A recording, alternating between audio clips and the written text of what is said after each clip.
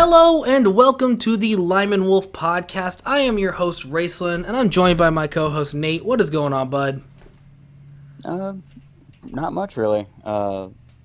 Getting through rough weather at the moment. Yeah, up here in Missouri, we are getting hit with a ton of rough weather. I feel like most of the Midwest is going through some bad weather right now. Yes. Yeah, it's not fun.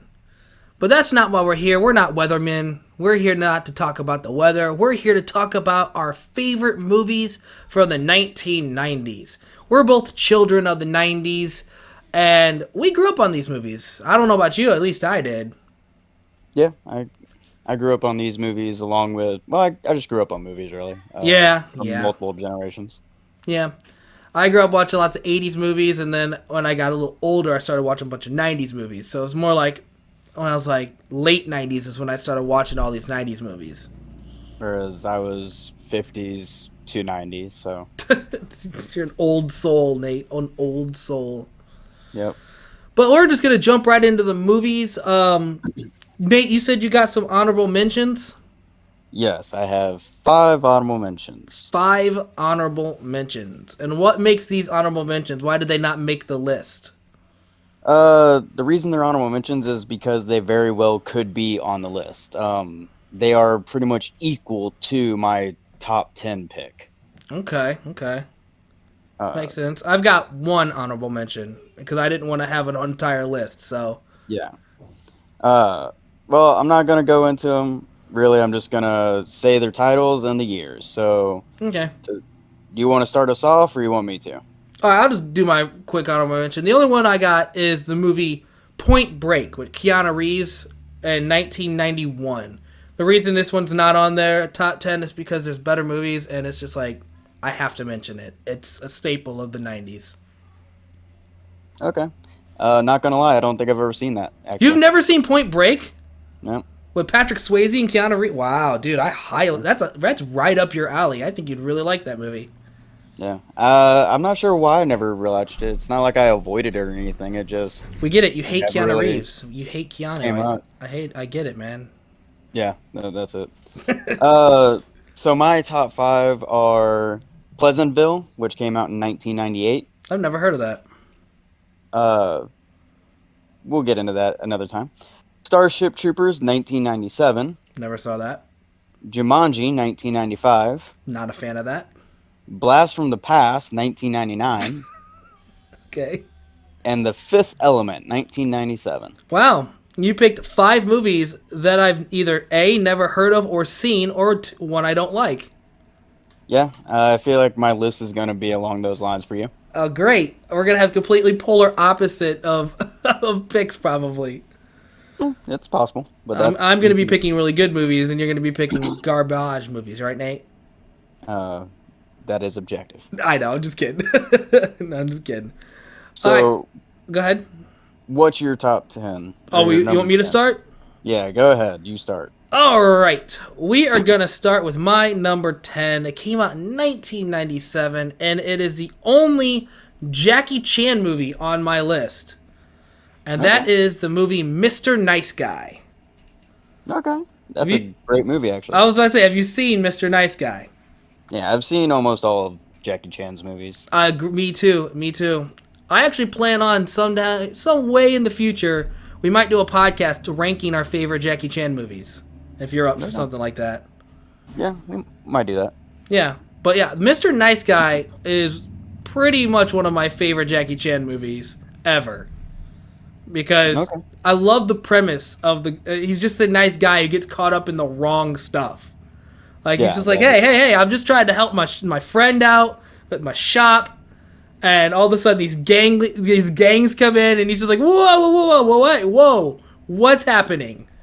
And then just gets caught up taking down an entire gang. I think that was also, like, the first time I've seen a movie where, like, someone got thrown into, like, a wood chipper or some kind of machinery death on purpose. Oh, really? I think so. I could be wrong, but, like, that was the one that made me think about it. Like, that's the movie I always think of when I think of something like that. I currently rewatched a ton of Jackie Chan movies. Mr. Nice Guy is the one where he's a chef, right?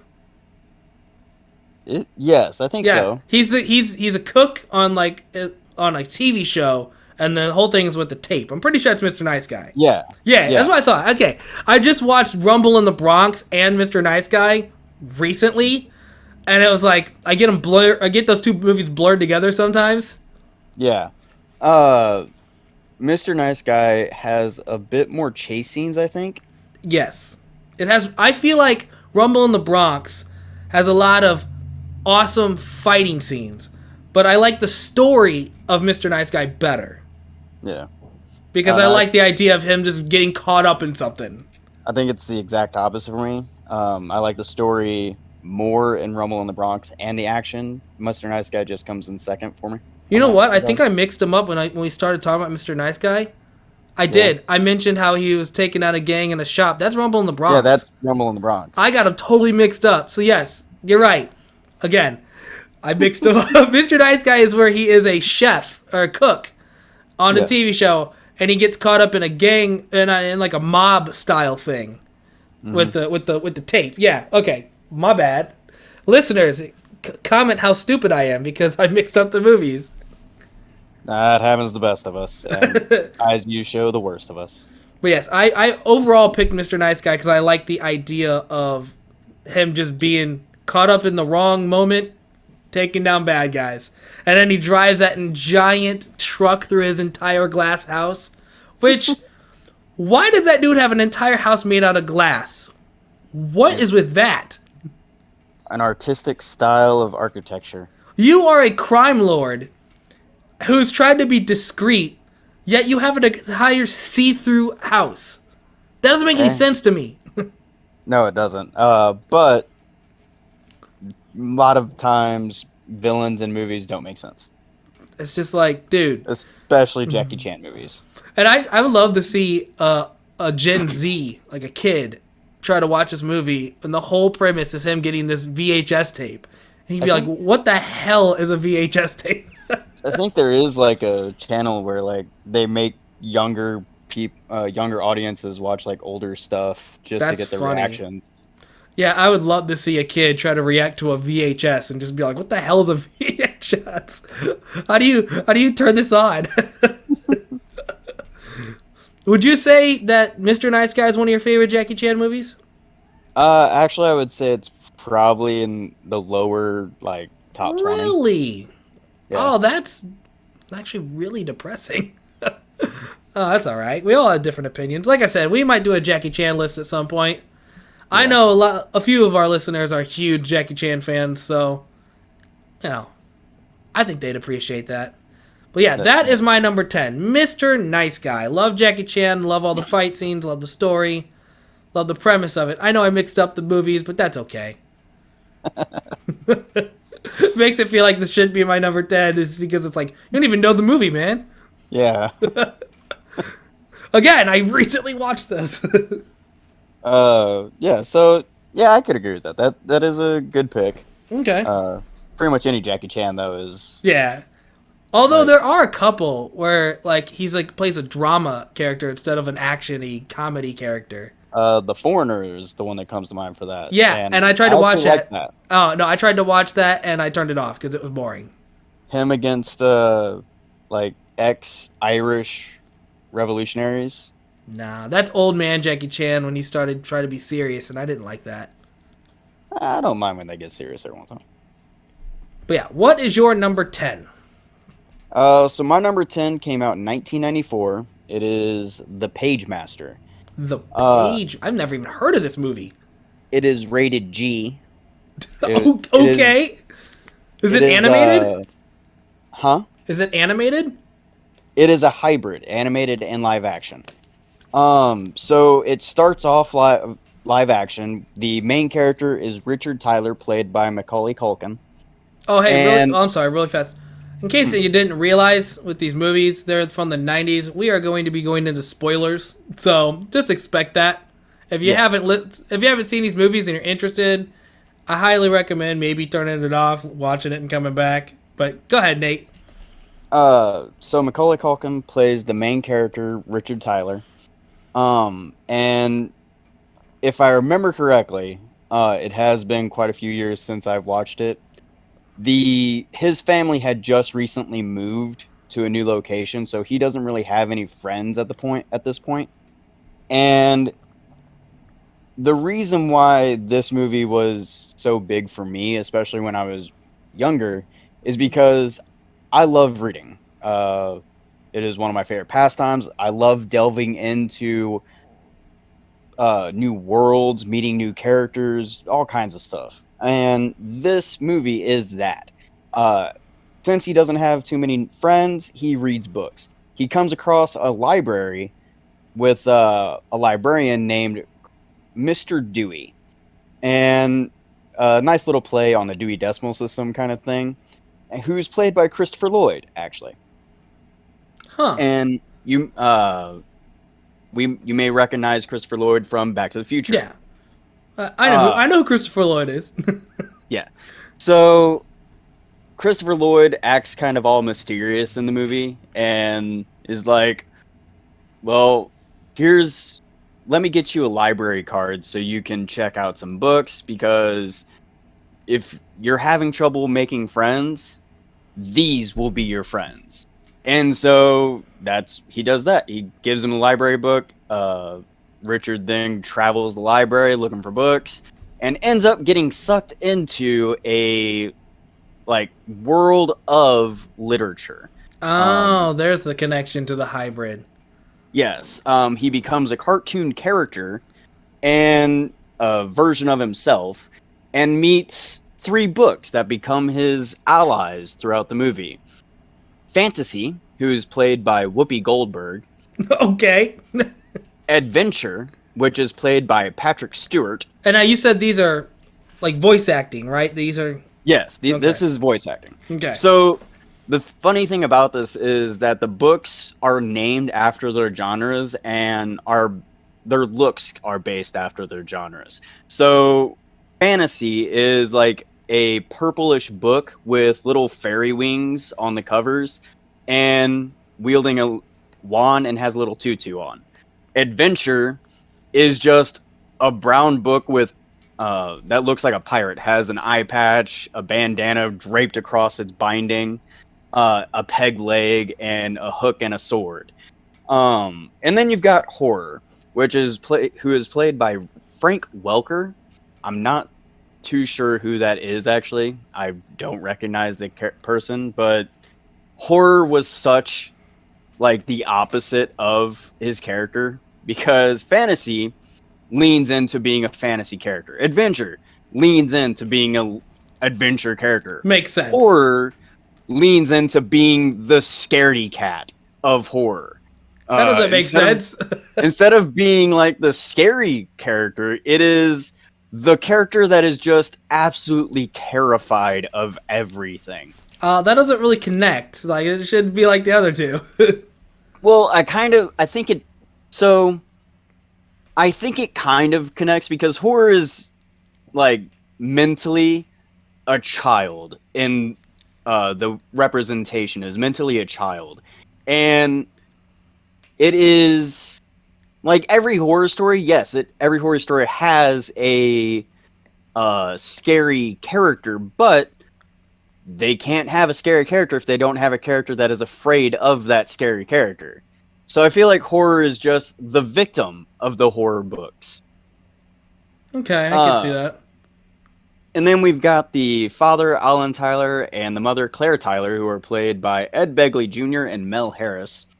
And this is actually something I didn't realize until I did research on this. There is a character, Dr. Jekyll. He meets Dr. Jekyll and Mr. Hyde in this. And I did not realize that Dr. Jekyll was voiced by Leonard Nimoy. Oh, the guy from Star Trek, right? Yes. Spock? Yes, that is awesome, in my opinion. I didn't realize it when I watched it, because I didn't really know who Leonard Nimoy was when I was a kid. But I just thought that was a nice little tidbit. Didn't Leonard Nimoy die recently? It's been a few years, but yes, he has died. Okay, I thought so. But yeah, the movie is only an hour and 20 minutes long. Highly recommend it, especially to kids. Yeah, like especially for families. If you want to get your kid into reading or show, just have a good time with your family, highly recommend this film. Okay. Well, that's a good recommendation, Nate. So, what is your number 9? My number 9. My number 9, I kind of lumped these two movies together because it's a movie and its sequel. And they're both pretty equal in my books. And that is, the first one came out in 1994, and the sequel came out in 1995. Ace Ventura, When Pet Detective, and When Nature Calls. Both movies, I'm lumping them together. Okay, fair. Ace Ventura, in my opinion, is one of the best Jim Carrey movies out there. I could agree with that. It's definitely in my top 10. It's definitely in my top 10, for And sure. It's probably in my top 5. I do agree with combining the two because, yeah, they're basically... They're the same movie, just different location. Like, the same different thing. settings. I will say Nature Calls, he is more wacky. They, like, really leaned into the wackiness of Jim Carrey. Yeah, and the first one, I feel like he gave off more of a vibe of, like, being just an insane detective. Yeah, he was just... actually being a detective. Like, the first one, so if you haven't seen the movies, the first movie, Pet Detective, is all about Jim Carrey's character. Well, his name is Ace Ventura, right? Yes, Ace Ventura, Pet Detective, and then Ace Ventura, When Nature Calls. Yeah, so Ace Ventura, his whole thing is that he mainly just cares about animals. He wants to save animals. So he always takes cases that involve animals. Yes. And the whole thing is that he has to go find the missing dolphin from the, I want to say, what is it? The Florida Dolphins? Is that? Yes. The Florida mascot for the Florida Dolphins. Yeah, I'm not a sports guy. I just knew it was a football team. I was like, it's one of those. It's one of those ocean teams. I believe the actual city is Miami Dolphins. Yeah, that's right. That sounds right. So yes, the whole thing is the mascot of the Miami Dolphins has gone missing, and he has to go figure out who kidnapped the dolphin. And that's the whole premise of the movie. That's basically it.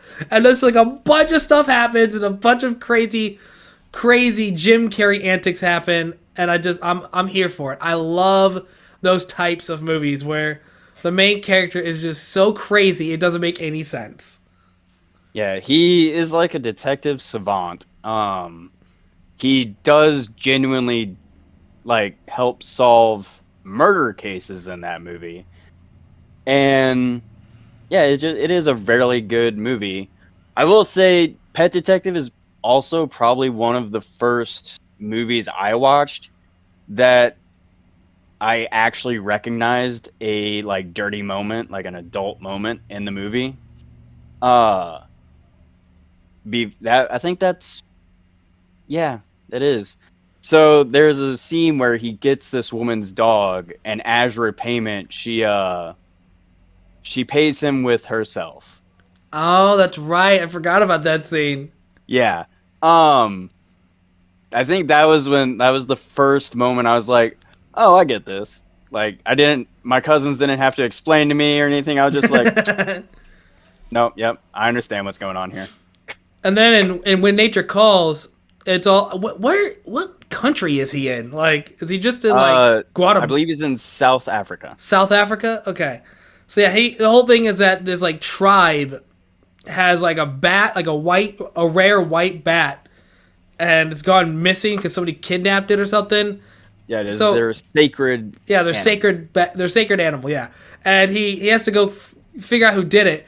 Turns out though, the only animal that he doesn't like and is terrified of are bats, and it's hilarious. And there is a scene in that movie with a rhino. Oh my god. That scene is so damn funny. That's probably my favorite scene out of both of these movies. So it is a fictional African country of Namibia. Oh, I didn't know it was a fictional country. Interesting. But it's in Africa, but yeah. So out of the two movies, which one do you like better? Pet Detective. Oh, see, I'm a When Nature Calls guy. Mainly because, like I said, I like the fact that he shows his chops as a detective and just runs circles around the actual detectives. See, I'm here for the crazy antics of When Nature Calls, because one of the scenes where this guy, like this rich bald guy, he's like just telling him the how Monopoly dude. yes, and he punches him and knocks him out, and he's like, "I am the Monopoly man. Do not let's go. Do not collect $200." For context, the Monopoly man and his date are walking around the party. The date has a fox draped around her shoulders. A dead fox. They make fun of him for like caring about the animal and everything. He's like, "Oh no, I'm not saying I'm against it. I'm thinking of getting my own," and then knocks out the Monopoly guy and drapes him over his shoulder, and be like, that's when he starts mocking him, like, "Dude, let's go. Dude, let's go. Dude, I love that movie. I love both movies. Don't get me wrong; they're both great. But the second one is so funny, man. I think the thing that made me or one of the reasons why the second one didn't hit quite as hard for me was him losing the raccoon and then going into reclusion aspect. Oh yeah, I totally forgot. He goes into like a monk sanctuary and finds himself. Yes, because he couldn't save a raccoon. I don't know. I think I've seen When Nature Calls way more than I've seen the first one. Like, also, I am not a fan of the rhino scene. That's my favorite scene out of the movies. The rhino birthing scene is just, like, it is funny. Oh, it's but so it's funny. Also just weird. Hilarious. You know me, man. I'm all for the weird. Yeah, like I said, it is a great movie. I do love them both. It just Pet Detective goes up a little higher for me in that regard. Oh, Nate, before we move on, I meant to bring this up at the beginning of the podcast, and I totally forgot to my notes here. On my personal list, I'm not adding. You even just mentioned what's his name from Back to the Future. Christopher Lloyd. Yeah, you just mentioned him, so I meant to transition into this, but I'm not adding Back to the Future 3 on my list because we literally just talked about how that's my favorite trilogy on the 80s list. So that's not going to make my list. Because Back to the Future 3 came out in 1990. Yeah. And obviously that would be my number one. But I didn't want that. I felt like that was a cop-out answer. So I didn't even put it on the list. Well, for future references, everybody, I'm all for cop-outs. But understandable. Yeah, because like I said, Back to the Future is my favorite trilogy movie series of all time. So I was like, I didn't want to put that on there. So that is my number 9, is Ace Ventura. Go ahead, Nate. What's yours? So my number 9 pick came out in 1994. It is The Crow. Oh, another movie I've never seen. It is rated R, and it is an hour and 42 minutes long. Is this the movie where the crows are attacking the woman inside a phone booth? No, that is Birds. Dang. I just knew that was a famous scene from an old bird movie. I couldn't remember what it was. Yeah, and that was way, way later. That was like, I want to say 70s or 60s. Oh, okay. I was wrong. I could be wrong on that, but I feel like it was a lot older than The Crow. Okay, so tell me about The Crow. So The Crow is about a man who, his name is Eric, played by Brandon Lee, the son of Bruce Lee. Like the actor is Eric Lee? Yes, the actor is Brandon Lee, and the character is Eric. Gotcha. So Eric is brutally murdered on, I believe, Halloween. Damn. With his wife or fiance. I don't. They were deeply in love. I don't know if they were married yet. Please tell me his character didn't die getting shot on a set of a movie. The actor did, yes. Wait, really? I thought that's how Bruce Lee died, right? No, Bruce Lee died like from complications of medication, like aspirin or something. Oh, so that was the whole joke, because I thought Bruce Lee died, but the shooting on the set, and that's why I said I hope he didn't die. I messed that all up. So his son Brandon Lee passed away being shot on set. So that's the character in the actor who plays this. Oh, okay. So yeah, yes. Gotcha. Okay, I'm making this way more complicated. I'm sorry. Go ahead, Nate. About halfway through the movie, he is shot, and then they didn't want to replace him completely or do full CGI, so they brought in his stunt doubles to do like body shots and everything, and then tried to just kind of over implant his face on their bodies, Wait basically a minute. So CGI. this is the movie he died on? Yes, this is the movie that Brandon Oh, Lee I passed had away no from. idea. Really? Oh, Yes. wow. It was a tragic moment. I'm surprised with everything that's just happened with that movie. Was it the Rust or whatever? What with what's that guy's name? Alec Baldwin. Like that whole movie, that whole situation just happened. I'm surprised that The Crow even came out after Uh, a death on set like that. The Crow is actually the movie that kind of Crow happened long time ago. I know it came out in the Um, '90s, obviously. yes, it kind of like it helped build up safety measures on movies because of that. Yeah, but my whole point is that if the main character of your movie gets shot from an accident on set, I'm surprised the movie even came out. That's what I was getting at. Oh no! So the director uh, even had the blessing of Brandon Lee's wife Oh, that to makes things better. to continue doing the movie because Brandon Lee wanted the movie done. Um, yeah, it was just it was a horrible tragedy, and the majority of the movie was done already. That's why they were able to just use the Okay. stunt doubles to finish it. All right, so get into the movie. So Eric is killed on Halloween with his wife or girlfriend Shelly, and comes back to life with the help of a crow. In this, crows are kind of spiritual beings. They are the crow, the bird, but they bring back the dead for vengeance. This sounds like some And Norse mythology stuff. it's more like Native American, I believe. Okay. Because crows are supposed to be the like ferrymen to the afterlife. Oh, see, in Norse mythology, they're like the symbol of death. Yeah, they help souls pass on, and in this one he helps the soul return to get vengeance. Okay, makes sense. So throughout the whole movie is basically Eric, now known as the Crow, hunting down his and his girlfriend's killers, forcing them using his powers to like experience the pain and everything. Uh, Interesting. and it's a really good movie. I highly recommend it.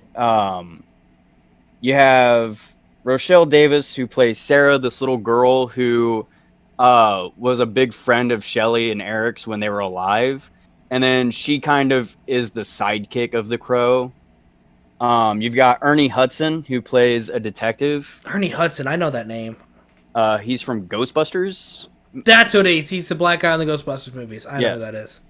He plays the detective that is basically covering all of the. He covered Eric and Shelley's murder, and then when Eric returns and is killing everybody, he's the detective that is getting all of their death cases as well. Then you've got Shelley, who's played by Sophia Shinus, Michael Wincott, who plays Top Dollar, Bai Ling, who plays Micah, David Patrick Kelly, who plays T-Bird, Angel David, who plays Skank, Lawrence Mason, who plays Tintin, Michael Massey, who played Funboy, and Tony Todd, who played Grange. Michael Massey actually retired from acting after this movie for a while because he's the one who pulled the trigger and killed Brandon Lee. That totally makes sense. Like, going through some trauma like that makes total sense. Yeah, him and Brandon Lee were friends, and so the fact that he accidentally killed his friend really weighs on him to this day, he says. But yeah, highly recommend this movie. They did make sequels. The sequel after this one, I would recommend. I think it's called The Crow City of Angels. But the rest of them, while I still recommend if you're a fan of The Crow, you can miss them. They're not great. Oh no. And I believe I've heard rumors that they're trying to get another Crow movie going, but with Jason Momoa. Oh, really? That's weird. which I would be okay with, but also the way the Crow looks, if they do this, this is going to piss me off because the Crow is white paint all over their face with mime black markings on their eyes, which is just fucking Lobo. So if they made Jason Momoa the Crow, I would at least hope that this paves the way for him becoming Lobo. No, that's the only version of Lobo Jason Momoa you're getting, Nate. Yeah. But anyway, yeah, highly recommend this movie. It is a great watch, especially if you are a fan of the anti-hero kind of style. Which I am. I mean, look how much I love Venom. Yeah. Also would highly recommend the comics if you want to read comics. them. I didn't even know that. Yes, The Crow is based off of a very, very edgelord comic. Oh, so very, very, edgy teen type of thing, emo. Yeah, very 90s emo. Oh, great. Yeah. Just another little tidbit is that the director originally wanted to film the movie black and white like the comics, and just show like the flashbacks in color because he thought it would be a really good contrast and everything. And I personally do agree that it would have been, but the executives wouldn't let him. So what he did was basically just make everything as dark as he possibly could to kind of make up for the black and white aesthetic he was wanting to go for. And he still does an amazing job. Like, this is just a great movie. Huh. No, I've never seen it. Highly recommend you watch it. So that is my number 9. Okay. I guess we move on to my number 8. And my number 8 is a movie I know that we both like. Came out in 1997, and that is the movie Men in Black. Okay, yeah. This is back in the day when Will Smith didn't slap people all the time. This is when he was killing aliens. Yeah, he was slapping aliens. slapping them aliens out. Yeah. But no, this was the movie that got me, like, really into Will Smith. Like, he had done, Fresh Prince of Bel-Air, and I really liked that show, but I always considered Will Smith, he's a TV actor, because I only knew him from Fresh Prince of Bel-Air. Then Men in Black came out, and I was like, whoa, this guy could do big movies? What? And it got me to fall in love with Will Smith as an actor. Understandable. Yeah, this was the original Alien movie that I loved growing up. Like, when I think of old school 90s aliens, like, obviously there's alien movies from, like, the 70s and stuff, but I'm talking about, like, when I was a kid, this is 1997, I was, like, 6 years old, and this was one of my first alien movies I ever saw. Okay. I'm trying to think. It might be my first movie that he did too. Yeah, it's a good freaking movie, man. I'm trying to think if there were any other movies before that. Oh, never mind. Independence Day. Oh, that's right. Independence Day. When did that come out? 91? 96. 96. Oh, a year before. Oh, a year before. Yeah. So that and though he did the movie Bad Boys in 95, I didn't watch Bad Boys until a little bit later, so I didn't know that. But yeah, I would say Independence Day was the movie that I watched. I was like, okay, I like Will Smith as a movie actor as well, because like you, I mainly knew him from Fresh Prince of Bel-Air. Right. Because I think, was it Independence Day like one of his first movies? Let's see here. No, he's done quite a few actually. Well, let's talk about Men in Black. Yeah. So go into Men in Black. Men in Black, I love the whole concept of the whole aliens have been here this whole time, hiding in plain sight. I love that whole idea. The whole, like, the government, this movie really ramped up conspiracy theorists. Like, whoa, the government's just flashing us with these red lights and making us forget things so they can cover up the tracks. Yeah. I will say that Men in Black probably is what ramped up my interest in, like, secret organizations. Same. Like, oh yeah, that'd be so cool to be a member of this secret organization and no one knows my name and stuff like that. Yeah, as a kid, you don't think of things like that. Like you just think the world's all black and white. You're a kid, and then I saw this movie, and I'm like, maybe there is like somebody covering something up. It's what movie got me thinking. Like maybe the world out there is not what we think it is. Yeah. And I also love Tommy Lee Jones. Tommy Lee Jones in this movie was hilarious. Yes. Usually, if Tommy Lee Jones gets the opportunity to play the grumpy older character, yes, he always does a fantastic job. He is hilarious in that type of role. I don't know why it comes to my mind. What's that movie that Tommy Lee Jones plays in, where he has to like protect these like high school cheerleaders from like a killer? You know what I'm talking about, right? Yeah, Man of the House. Yeah, that movie's hilarious. Anyways, Men in Black. Oh no, you said grumpy old man, and it just made me think of that movie for some reason. But yeah, I love this movie. I think Will Smith does a great job. I like all the sequels too. I think Men in Black 2 is awesome. Men in Black 3 is okay. It's not the greatest. I never did see the International. I never saw International. Did you ever watch the show? No. I did like a couple episodes here and there as a kid, but I don't remember it at all. Man, I loved that show. The only thing I had a problem with this show is that I think it came out before Men in Black 2 did.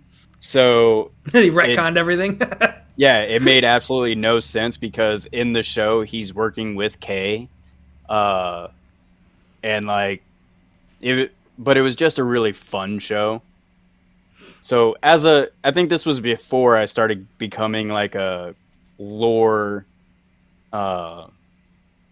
person who like lore was head. so focused on lore. Like, why is Kay in this? He shouldn't be in this. Instead, I was able to enjoy it because I was just like, yay, Kay's back. Who's your favorite character in the movie? In the movie, Zed. Zed, like the director? Yeah, he's hilarious. Why Zed? He's just so hilarious in the movies, in all of them. Is he in the third one? No, I think he dies in the third one, actually. Like, they mention he is dead in the third one. Yeah, because the actor died. Yeah. I just don't remember when. Yeah, so they replace Zed with a new director. And then... let's see here. Well, I think the new director is actually supposed to be the like younger love interest of Kay when he was younger, if I remember correctly. I don't remember. But in the first movie, one of my favorite characters, I don't know if this is my favorite, but one of mine is the dog. I love the dog. He's so funny. Frank. Frank, yeah, I love Frank. He's so damn funny in that movie. Frank the pug. So did you watch the episode in Men in Black where they show Frank's true form? No. It's a pug. Is it really? That's so funny. His true form is just a green pug with antennas. That's so funny. But yeah, I love Men in Black. I love the concept, especially the first movie, like the whole concept of, the universe, or was it the galaxies on Orion's belt. And they're like, what the hell are they talking about? I liked how they kept ramping that up because, like, in the second one, it's not just like galaxies. We've already been shown an example that a galaxy can be so small that it's on a cat's leash in the first one. Collar. Yeah, collar. And then in the second one, it's like, oh, you thought that, like, yeah, we're not the big galaxy. We're just a little small galaxy inside a locker. Is that the first one? Which one ends? That's the second one. Which one ends with the aliens playing marbles with entire universes? That's the first one. Yeah, I love that concept. Yeah, that is the outro for the first one. That movie, oh man, that movie's so good. But yeah, that's my number 8 is the movie Men in Black. Okay. That's a good pick. I completely understand why. I feel like most of my picks are going to be things you think are awesome movies. Yeah, they are very Men in Black is definitely a good one. Like I said, it is what got me into mysterious organizations and stuff. I think most of my movies are things you're going to expect, except for maybe my next pick. Yeah. So I guess that's up to my number 8 then. Yep. So my number 8 came out in 1993. Okay. It is The Groundhog Day. Uh-oh. I got well, I'm not gonna have a number 4 anymore. You can still do. I'll go into more technical stuff about Groundhog Day. Like, it's rated PG and it is an hour and 41 minutes long. I knew that we would have a crossover at some point on our lists. Yes, I genuinely am kind of surprised that we had at least one, but I guess it makes sense. Yeah, Groundhog Day is my number 4. I actually just watched that movie again for like the 10th time or whatever, like 2 weeks ago. Okay. So the cast is Bill Murray, who plays Phil, Andy McDowell, who plays Rita, Chris Elliott, who plays Larry, and Brian Doyle Murray, who is Bill Murray's brother. I didn't know that. Yes. Bill Murray's brother plays Buster, who is the mayor of the town. Really? Oh, I know that guy too. Like, I've seen him in a bunch of stuff. He's in a lot of stuff, especially with Bill Murray. I never realized that was his brother. He's a guy who talks like this, right? Like with the really raspily voice. Kind of. I think yours is a little bit more exaggerated, but yeah, I think so. Okay. He has like a thin mustache. In the movie, he's kind of short and stocky. Yeah, he's the one who chokes on the food and he saves him. Yeah, it's the mayor. Yeah. So yeah, I won't go into too much detail. Then I'll just do. You can go into detail. It don't matter. Well, it's fine. Like I said, I gave the date, the rating, the time it has, and the cast. You can go into the story when we get to you. No, just do it now, man. Fine. So the movie Groundhog Day is the movie that got me into time loops. Makes sense. It's the original time loop movie.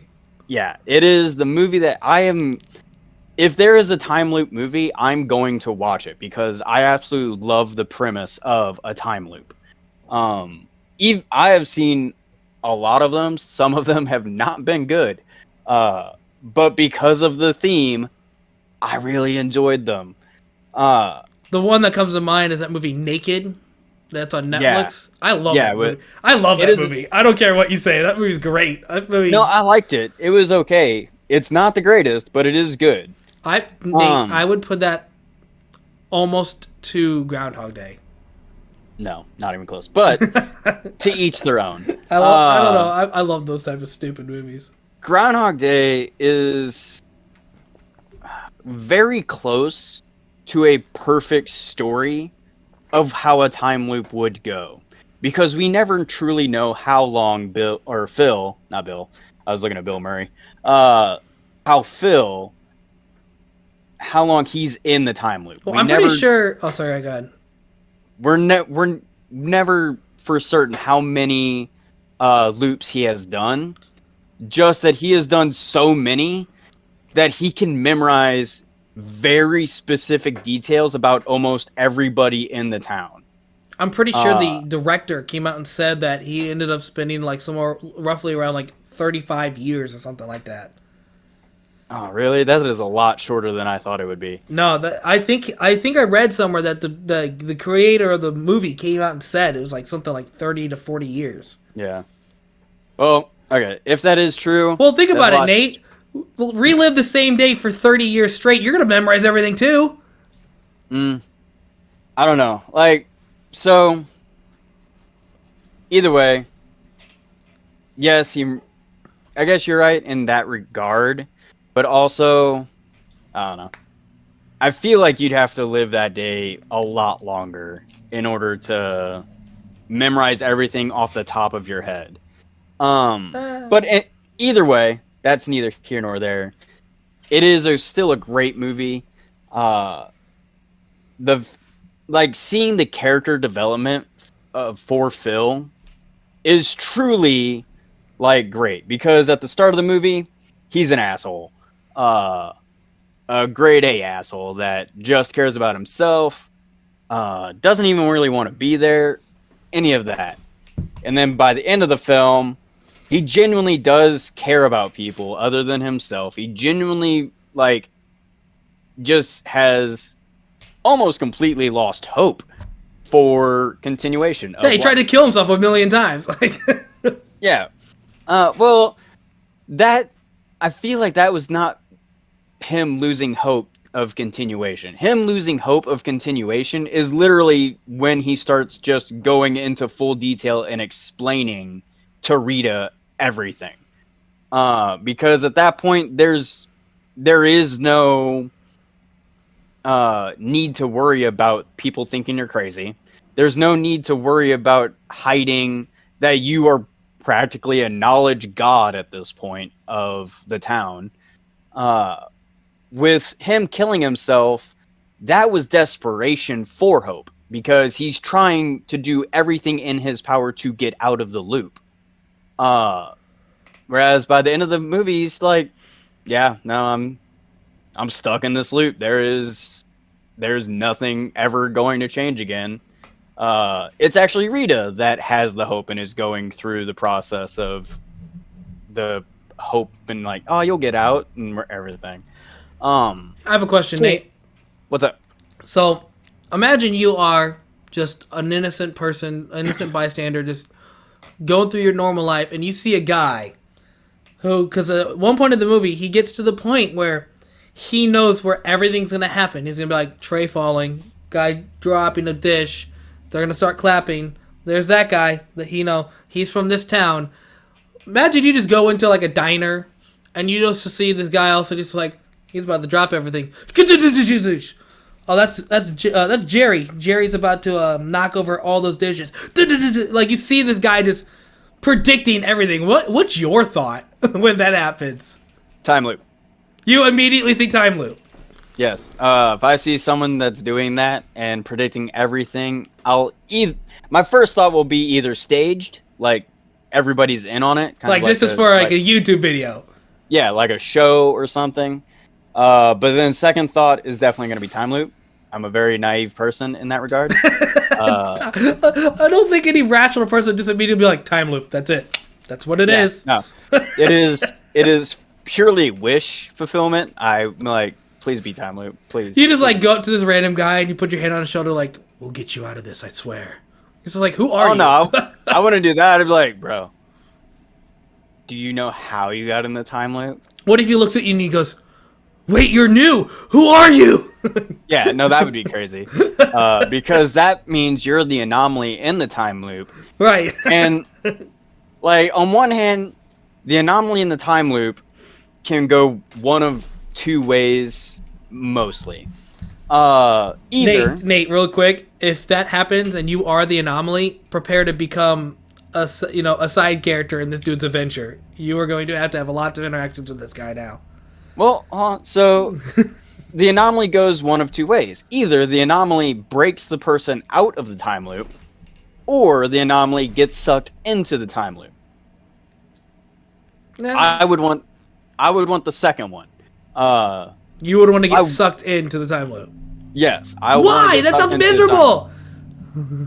Because I have learned throughout my life that I am a very boring person. You are a very boring person, but that's what I love about you, Nate. That's what I love about you. I'm a very grindy person. Yeah. When it comes to pretty much anything, I have no problem repeating the same task over and over and over and over again. And I'm the complete opposite. That sounds horrible. Yeah. I'll be like, oh, I need to do this? Okay. I will do that until, like, there are games that I have hundreds of hours in doing the same damn thing. That sounds miserable. That's why I can't play like farming simulator games like Animal Crossing and stuff. I can't do any of that because it sounds horrible. No, that is what I love. So being in a time loop, being able to learn everything about a specific day, week, however long the time loop lasts, that just sounds awesome to me. Miserable. Now I will say, here's the problem with the time loop. Because getting out of the time loop is sporadic. It is never quite known how to get out.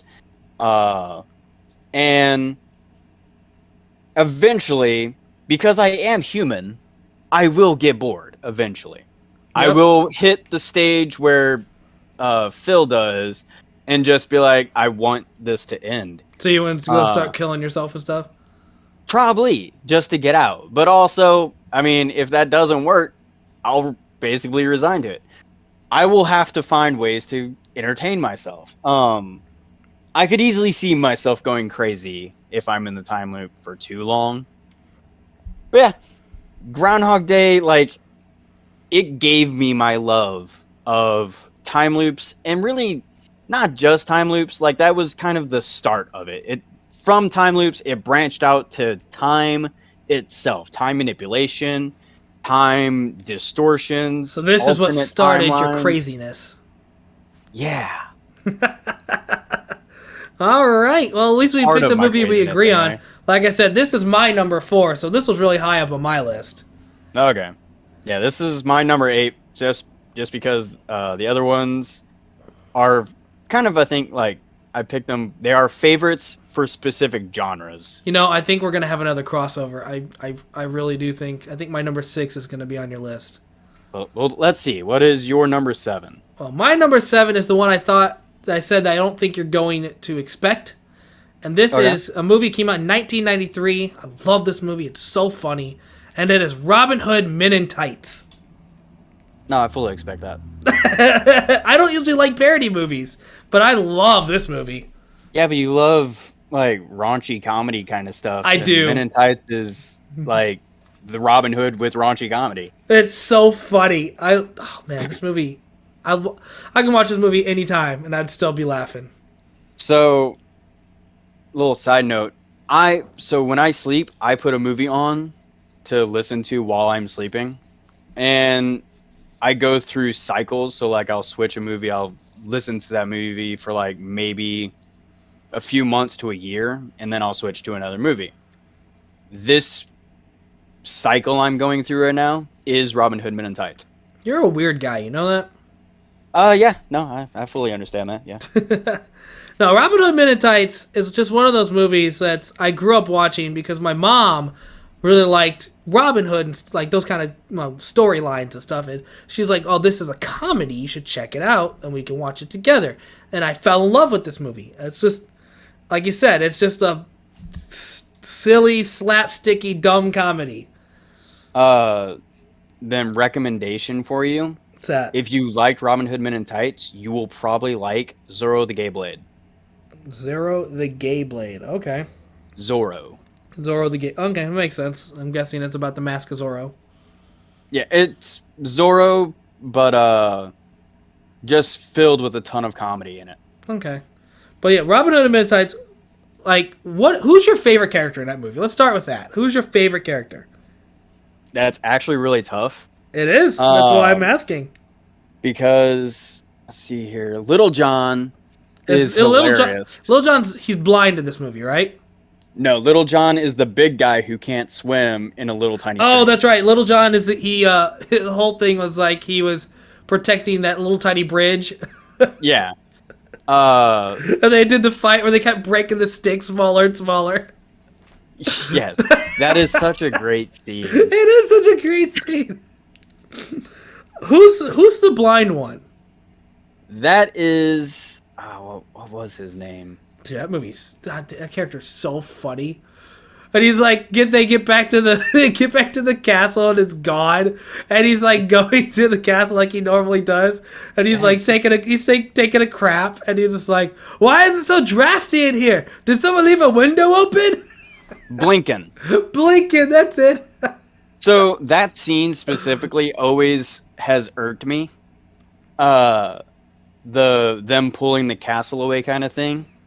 Because so funny. It is a funny concept. The reason it irks me is simply because of my like anal retentive, like attention to detail kind of stuff. If the castle is actually there, and you're pulling the castle away from its foundation, which okay, not very believable, but I get it. Why the hell doesn't the walls hit Blinken on the way as they're pulling it out? Because you need to suspend belief, Nate. That's why. I know. Like, I'm just saying, like, that one scene is the only scene in the entire movie where I'm just like, If I remember, who is the black character in that movie? Because he didn't that that guy. is Dave Chappelle, Yeah, I was like, isn't that like a super famous guy? who plays Achu. Yes, was that Dave Chappelle's like one of his first movie roles. Might I have want been, to, like, dude, because I was like, I remember not knowing who Dave Chappelle was. I had no idea who that was, and then as an adult being like, oh, I love Robin Hood Men in Tights. They're like, yeah, Dave Chappelle's character is funny, and I'm like, what are you talking about? Dave Chappelle's a stand-up comedian. And then I looked back, I was like, holy shit, that's Dave Chappelle. I had no clue. It is his first credited movie. That's awesome. He did another movie in 1981, but he's uncredited. He is listed as Kid on Beach. You never did tell me who your favorite character is, Nate. It's because I'm still thinking, like, there's so many good ones. I'd say me, personally, it's a toss-up between Blinken and Lil Jon. Okay. The two, like, massive comedy characters. Yeah, it makes sense, right?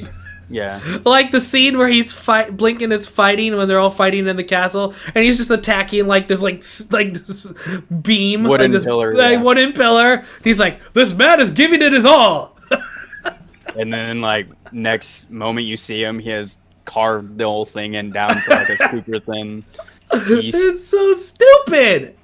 All right, I'll just say Robin Hood because I'm based like that. You're based. All right, here's my question. This is obviously a Mel Brooks parody movie. Yes. There's also another famous Mel Brooks parody movie, Spaceballs. Between Robin Hood Men in Tights and Spaceballs, what's the better movie? Oh, they're equal in my. No. If you have to lean one direction, which way you going? I guess Spaceballs simply because I like sci-fi more. That makes sense. The movie itself. Spaceballs has some funny scenes. Dark Helmet alone is the best character in that movie, like hands down, best character in that movie. But I lean more towards Robin Hood Men in Tights because I love the story of Robin Hood the most. If you don't know this, Nate, my very favorite animated Disney movie is the animated movie of Robin Hood. It's my favorite Disney movie. Yeah, it's my favorite Disney movie. And this is a parody of that. It's hilarious. So, well, it's a parody of Robin Hood. Yeah, like, not but a parody of that movie. I'm just saying that's why I love the Robin Hood story so much. I just realized while I'm reading the cast on Robin Hood Men in Tights right now, and the assassin that they were going to have kill Robin Hood during the Archer competition. Yeah. His name is Ezio. No way. Is his last name Auditore? No, so the character's name is Dirty Ezio. This is when Ezio decides to take a break from his creed and try to take out Robin Hood. Yeah, Filthy Luca and Dirty Ezio. That's ironic, right? Hilarious. Yeah, maybe that's where they got the idea to make Ezio's character named Ezio the Assassin. That's possible. In the games. But yeah, that is my number 7. Love this movie. This is my favorite Mel Brooks movie. Okay. I would say it would be tied with Spaceballs? Nope, never mind. No. Blazing Saddles. That is my favorite Mel Brooks movie. Never seen it. I highly recommend it. It's very fun. But I'm a big fan of westerns. Oh, see, especially like the old-timey like comedy westerns. Yeah. I'm not that big of a fan of like serious westerns. Not over there watching Clint Eastwood movies. Yeah, but I really do love like just comedy stuff. Yeah. So what is your number 7, Nate? My number 7 is The Frighteners. Came out in 1996, rated R, and its duration is 1 hour and 50 minutes long. Okay. Never heard of this movie. This is my all-time favorite horror movie. Regardless of any era, this is it. It was the main character, Frank Bannister, is played by Michael J. Fox. Oh, that makes sense. That's why you like it. Well, no, I also really like this movie is what got me introduced to like seeing ghosts and stuff. Like, and ghosts not being like always evil. Uh, it's more like long lines of ghosts being what they were when they were alive. They're either good or bad. Um, so Frank Bannister is able to see ghosts, and he's also kind of a con man. Okay. Which is another thing I find that I enjoy in movies when you have like a real slick con man kind of character. You like people being able to lie to you, Nate? I do. I like being a liar and characters that relate to that to me. Interesting, Nate. You like being a liar. I do. Yes. Frank Bannister has his job is that he goes around cemeteries and goes or waits for funerals. Then when he sees the bereaved, he hands them his card and says that they're being haunted. Then he has he has a couple of ghosts living with him. They work with him, and he has them go haunt them for a little while, and then he pretends to exorcise them. He pretends to exorcise them. Yeah, because he doesn't get rid of them in reality. The technology he uses is bogus. It literally just a light show that he puts on to trick people into paying him money to get rid of the ghosts. What a scumbag, Nate. On them. Yeah. So Frank Bannister starts seeing these numbers on people's foreheads, living people, and he doesn't he's confused as to why he's seeing it happen on living people. Because the numbers are kind of glowy on them. And then the people who have the numbers on them start to die. So the whole movie is him trying to save people that are getting the numbers on their foreheads, and he basically becomes a good guy. This sounds like the concept of like a Persona game. No, I don't think so. At least I've only seen Persona 5. It's not like that at all. No, it's not. But it is a good movie, especially if you like Michael J. Fox. It is good comedy. And that's another I can handle pretty much any genre of movie. Just put comedy in it. Comedy or love. And I'll be able to go in. I think I might actually check this movie out. You will be. It's because this is when we get closer to Halloween, I'm picking this for a movie to watch for us. Oh, well, I guess I'll wait then. Yeah, I was wanting to do this a while back, but it wasn't available at the time. It is now available, so that is the movie I'm picking for Halloween kind of thing. Well, I will wait until Halloween then. Yes. But for our listeners, I highly suggest you check it out. It is a great movie. The acting is great. The comedy is awesome. The twists and turns are pretty predictable, honestly. But that's not really why you're watching it. And the ghost interactions are hilarious. Okay. That is my number 7. Number 7. Yeah, that sounds good. Like I said, I knew nothing about this movie until you just explained it. Yeah. And I look forward to your reaction. Okay, as long as it's better than, Beetlejuice. I think so, but that's because this is my favorite horror film and whatnot. So that moves on to my number 6, and this is another movie I think we might have a crossover with, Nate. This movie came out in 1994, and it is the movie The Mask. Well, damn. Okay, yep, that is a crossover. I had a feeling. What number is it for you? Number 5. Is it? That's funny. So yes, The Mask is my number 6, and it's one of my favorite Jim Carrey movies of all time. Same. Would you say this is your favorite Jim Carrey movie? No. No? Okay. No.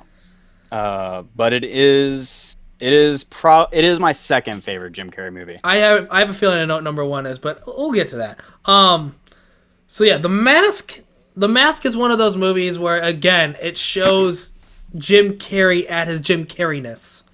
just being crazy. I think this must have been when he was on like cocaine a lot. Like, I don't know about that, but Jim Carrey has always had the quality of being able to he is the closest human being we have, actor-wise, to be what I would have imagined Elastic Man to be. okay. Like if they did a movie for the DC superhero Elastic Man, Jim Carrey is the guy I would have wanted to play him, because his humor is pretty much the exact same. Jim Carrey is very well known for his facial expressions. Yep. Like the man with the rubber face. And that's who the mask. Yeah. So like this movie, I do agree that it like I said, it is my second favorite Jim Carrey movie, and it is the perfect movie to describe like Jim Carrey's wackiness. Yeah. I think Jim Carrey did a great job as like playing I put on the mask, I become crazy, become basically a cartoon character. I think Cameron Diaz also did a really good job of playing the love interest, because this was back when Cameron Diaz was just, pretty well like starting off as her movie career. I could be wrong, but I don't remember anything before 1994 with Cameron Diaz. Me neither, really, but while we talk about it, I'll look her up real quick. Yeah, I don't know. I just love this movie. Like, I don't even know what to say. Like, besides like, the comedy in this movie is just golden. It is. I love all the scenes, especially how he can just warp reality to what he wants it to be. So this is her very first movie. Okay, so I was right. So what a good movie to start your career on. I will go ahead and merge with you real quick and give out the details of this movie if you want. That's fine. So it's rated PG-13, and it is an hour and 41 minutes long. Jim Carrey plays the main character, Stanley Ipkiss. Okay. Cameron Diaz plays the love interest, Tina Carlisle. Peter Reigart plays Lieutenant Mitch Kellaway, which I love his interactions with Stanley, by the way. Like, oh, man. Peter Green plays Dorian, who does an amazing job as the antagonist of the film. Especially when he gets the mask. Like, that is, like you said, how Jim Carrey, like, becomes a cartoon character almost when he puts on the mask. Right. That is one of the things I loved about the mask, is that it basically brings out your inner self. So for Stanley, he's a romantic goofball cartoon-like character, while Dorian is a hard as nails, badass. I'm gonna kill everybody. Yeah, like he is evil in that regard. And it definitely shows when they put the masks on. Yeah.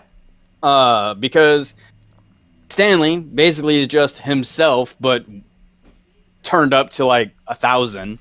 Whereas Dorian becomes like this roided out, like, monstrosity of a butcher. I'm gonna kill everybody and get the girl. That's my goals. And then you've got Amy Asbeck, who plays Peggy Brandt, the reporter.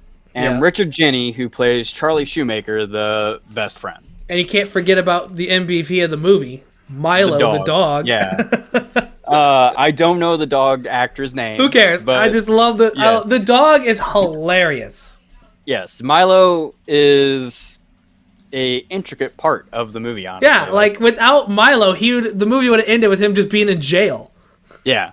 Man, it is such a good movie. It also got me into reading the comics of The Mask. I never tried the comics. What I've seen of them, I don't think I would like them. Probably not, because it does, like, the thing about the Mask comics is that the Mask doesn't stay with one character for too long. It goes from person to person very frequently. And I don't like that. Which shows you the different personality stuff. Like, on one, it gives, like, a soldier picks it up, and he becomes, like, a goofy, badass battalion of himself. Another one is a character who is very much like Stanley, actually. I think it might have been Stanley. I don't know, really. I don't know. Because it's been years since I've read the comics, back probably around the first time I watched the movie. And then also, did you ever watch the cartoon? Maybe here and there as a kid. Yeah, I really liked the cartoon. It kind of fuses the comics with the movie.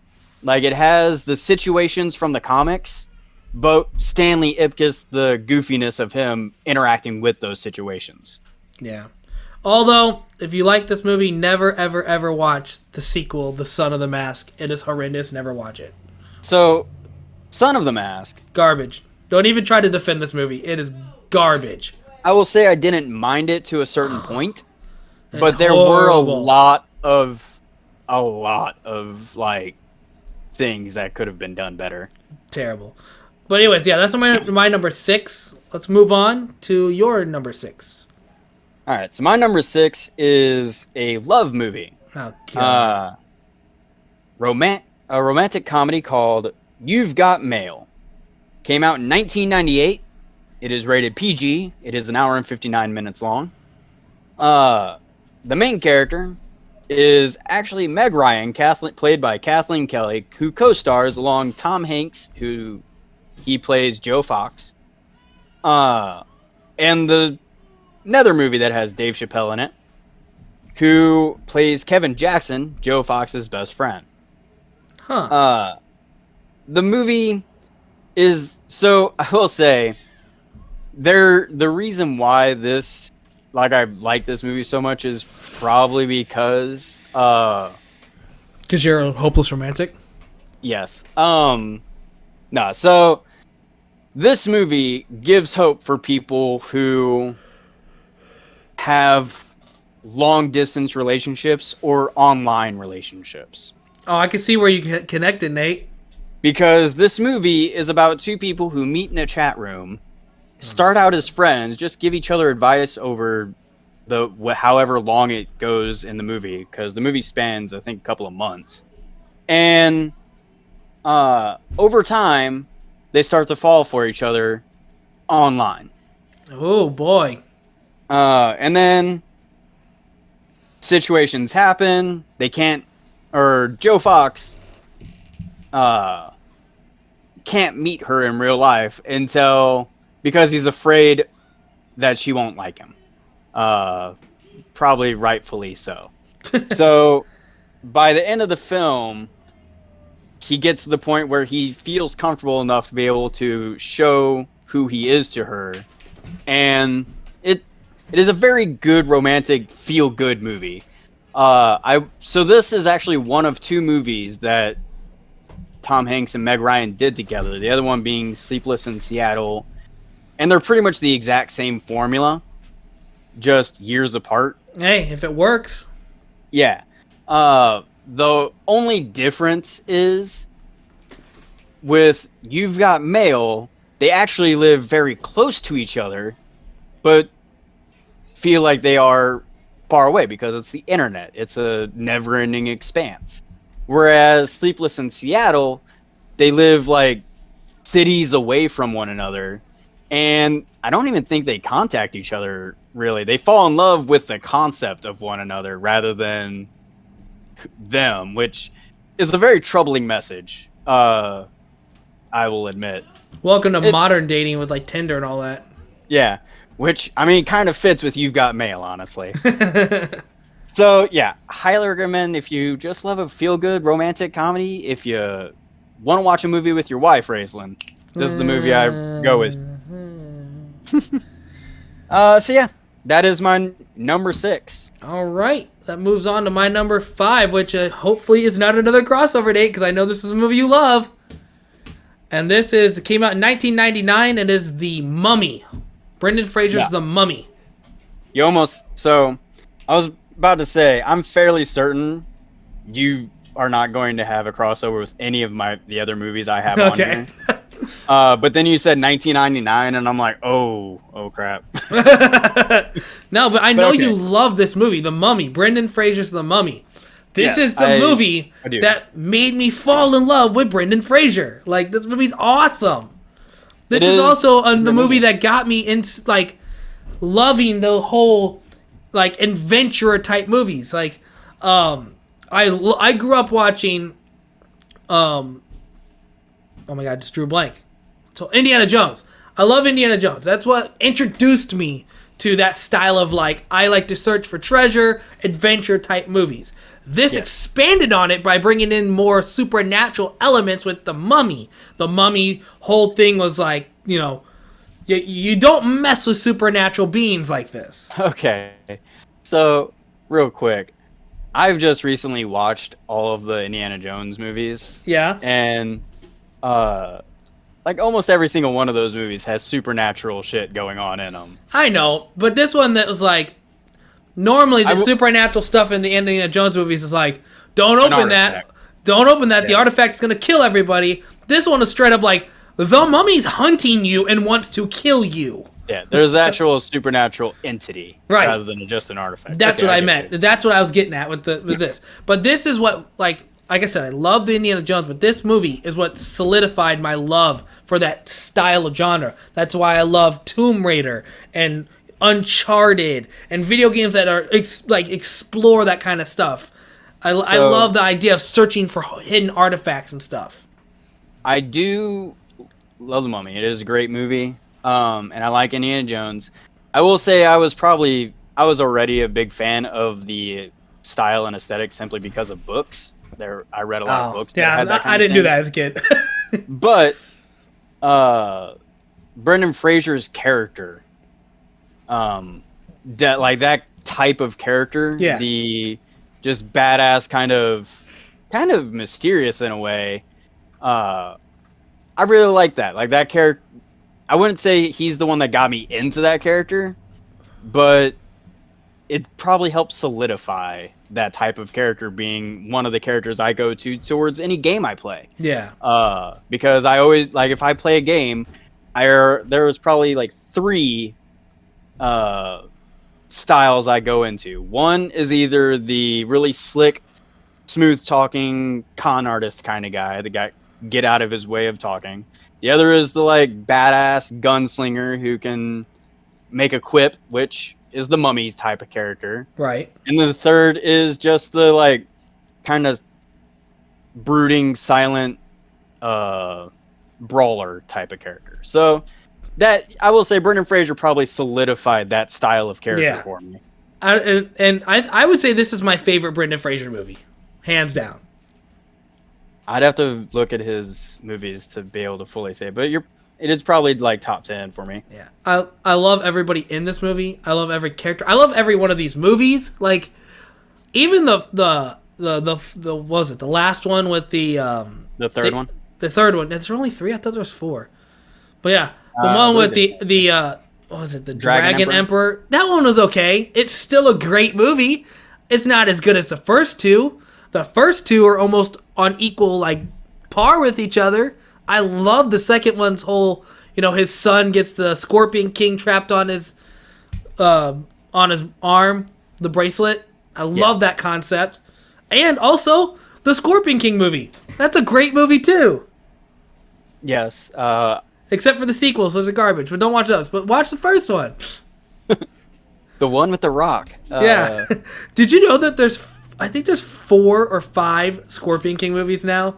I thought there were 6. Is there 6? Oh God! I mean, there may only be 4, or 5, but I tried watching the second Scorpion King, and I almost turned it off. It was that bad. Yeah, they ended up having to fight like an invisible scorpion. So it's like you saw the actors fighting nothing. I think my favorite Brendan Fraser movie is Bedazzled. Oh my God. Okay, so we're gonna move on now, Nate. So what's your next one? So my next one is a movie that came out in 1994, The Mask. Okay, yeah, we already talked about this. So I'll move on to my 4th pick, actually. Okay. My 4th pick came out in 1994. Rated PG, duration 2 hours and 7 minutes, and it is Maverick. Maverick. Like Yes. Top Gun Maverick? Spelt the same way as that Maverick, but different movie all entirely. So, like I said, I am a big fan of comedy westerns. The reason for that is because when I was a kid, I used to watch a show called Maverick. It is about a slick-talking, gambling gunslinger in the Old West. And Maverick was the reboot, or not really a reboot, just kind of like a continuation or something along the... It's in the same universe kind of thing. Which follows one of the characters, Brett Maverick, or the son of Brett Maverick. They never really clarify, because they have the actor who played the original Brett Maverick, James Garner. And he plays the father of Brett Maverick. So this movie is just this guy who is going around the Old West trying to collect money from his friends who owe him money.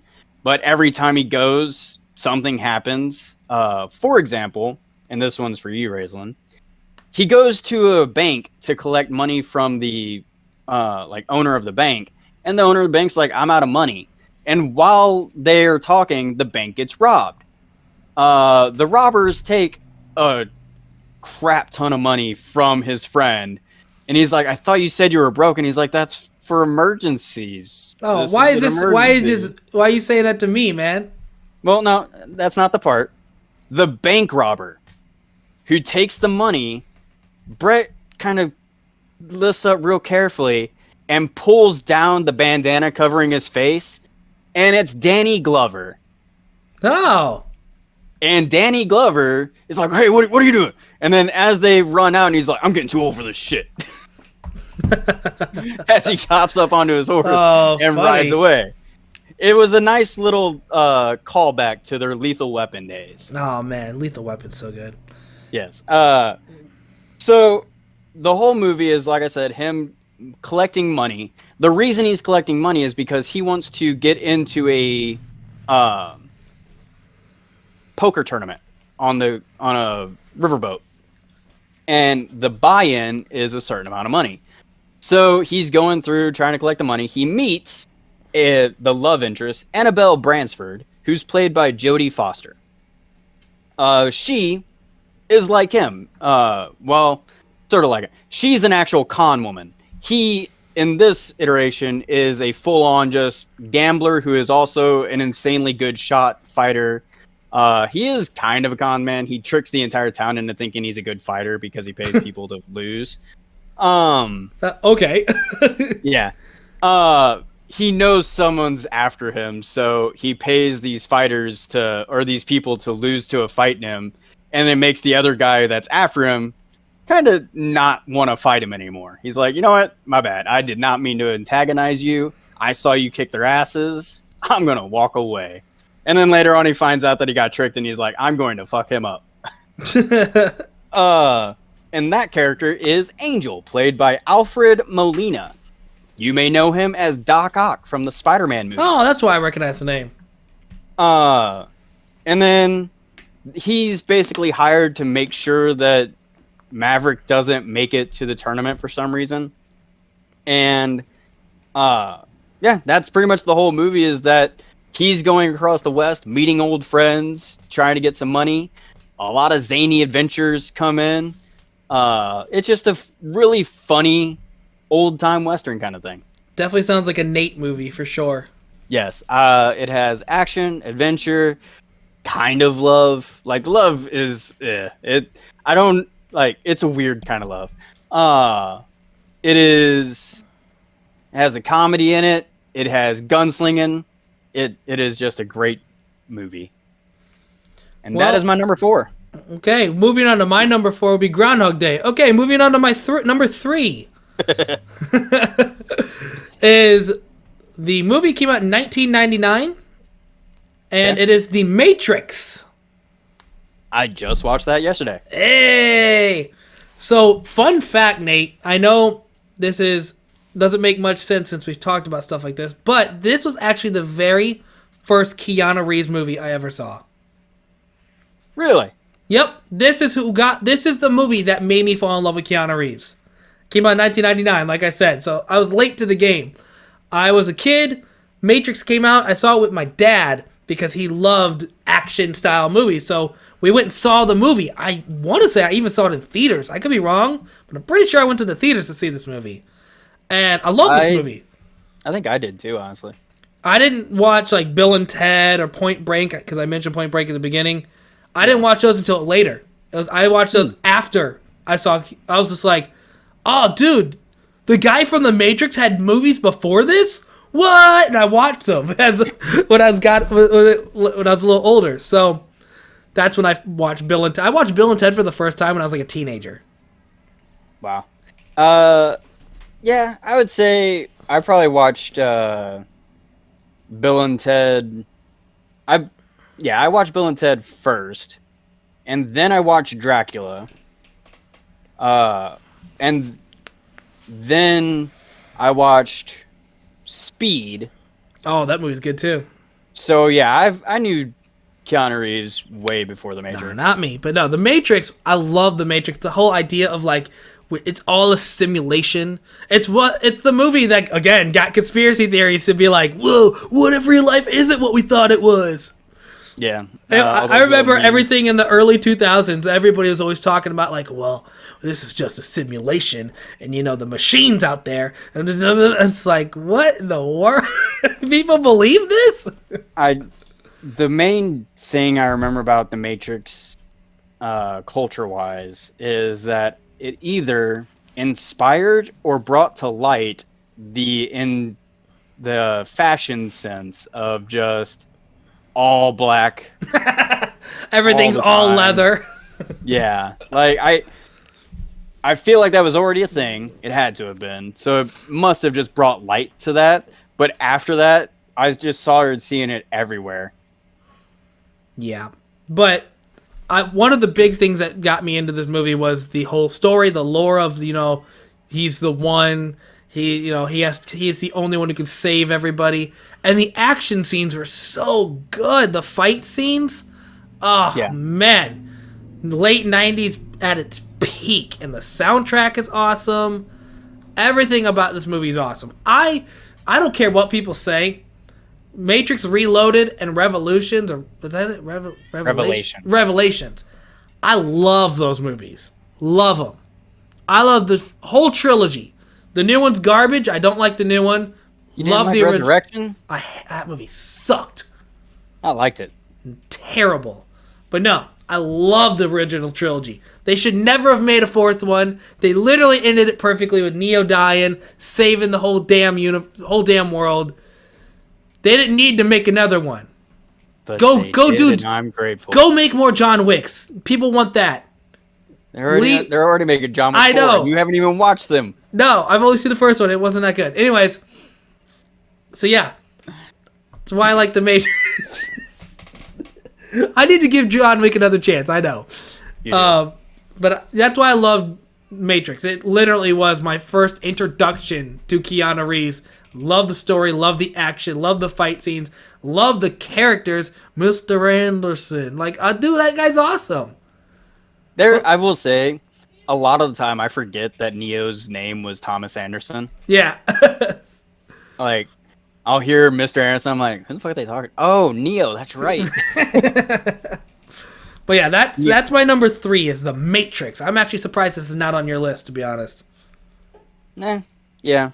It's a great movie, don't get me wrong. And it was definitely like a massive cultural hit. It impacted society on really hard. It was a good movie. It's definitely not in my tops. So, number 3 for me. This movie is actually very dear to me. This is like a movie that can do no wrong, in my opinion. Oh boy. It is kind of a movie that introduced me to anime, really. Oh no, you were putting this high up on a pedestal. Better be a great movie, Nate. Princess Mononoke came out in 1997. Oh, that is a very, very popular movie. Yes. I've never seen it, but I know it is extremely popular. Yes, this movie, like, there's no flaws in this movie. This movie it has everything you could want in a anime period. Like, I don't know how you could expand upon it. It is PG-13. It is 2 hours and 14 minutes long.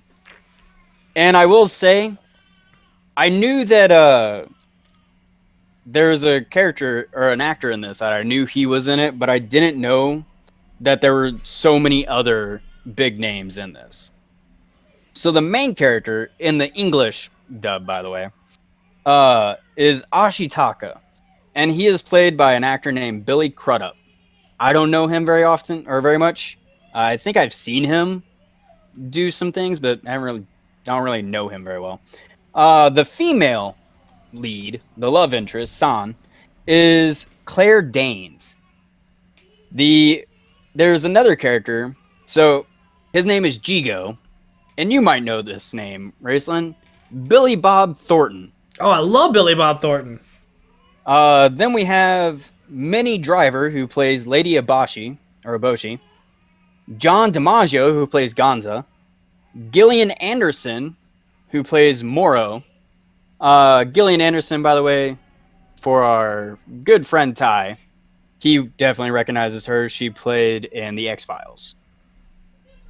Keith David, who plays Okato, and Jada Pinkett Smith, who plays Toki. I'm surprised Jada Pinkett Smith doesn't play G.I. Jane.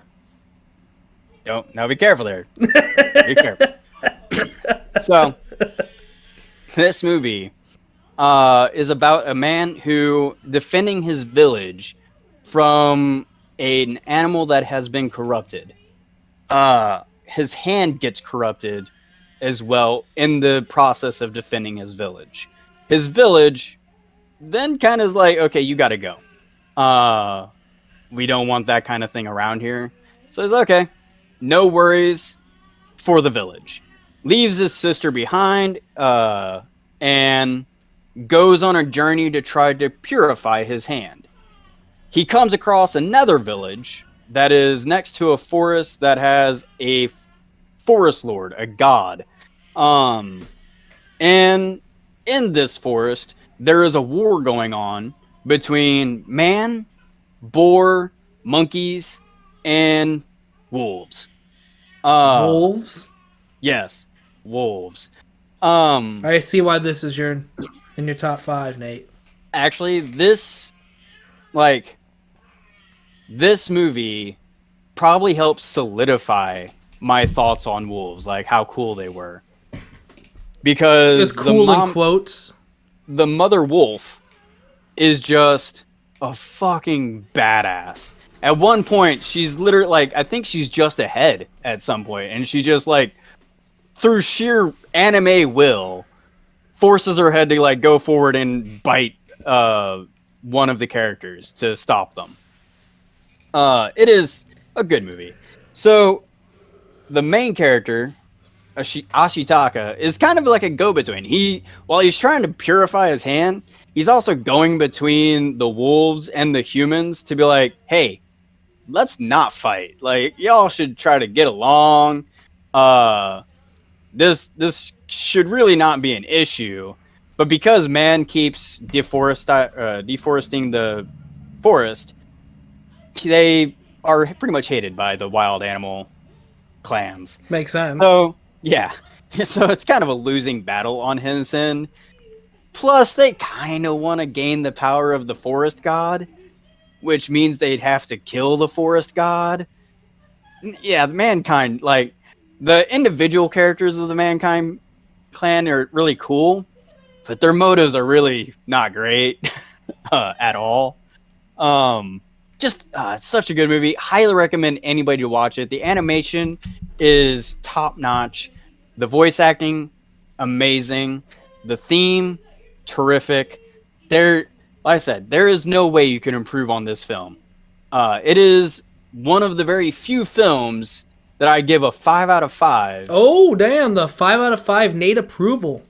And would not want them to do a remake at all. They're gonna do a remake, but it's gonna have Michael Cera be the main character. I would really hope not. Like, if they did I would rather them just do a remaster. Just kind of like clean up and crispen the artwork and everything. There's just such a good movie. It's gonna be Michael Cera and Jesse Eisenberg are gonna be the two main voice actors. The two main voice actors is a male and female. You're gonna have one of them play Sans. Yeah. It's gonna be Michael Cera. He's gonna be really like, he's gonna be talking like this. Hey, you know. Oh, I really hope not. That would no.